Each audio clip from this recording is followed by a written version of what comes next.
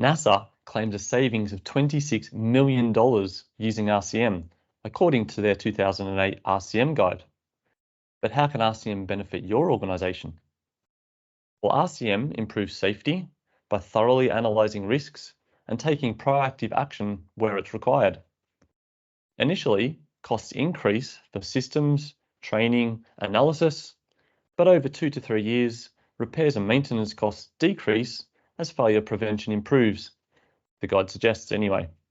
Energy savings often occur too. RCM boosts reliability by continually gathering equipment data, failure information through condition monitoring. This means fewer failures, greater uptime, and lower costs. This condition monitoring in RCM also enables forecasting maintenance needs. This allows time to plan and get parts before the work's needed, minimizing unnecessary maintenance and also unplanned downtime. RCM maximizes equipment life based on actual condition rather than predetermined baselines through preventive maintenance. So replacement happens when required, not on a fixed schedule. While safety is the priority, RCM also considers cost effectiveness and mission criticality. It ensures the right maintenance at the right time, avoiding ineffective tasks.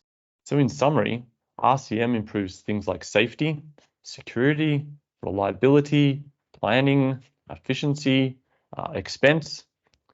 Although it requires quite a bit of initial investment, the long-term savings and optimized operations make RCM quite a good strategic advantage. While it might be ideal for a company like NASA, it is quite a complex process and you need to decide if it's right for you. So hopefully this video and some of the previous videos on RCM have helped you come to that decision. So thanks for watching, and I'll see you on the next one. Bye for now.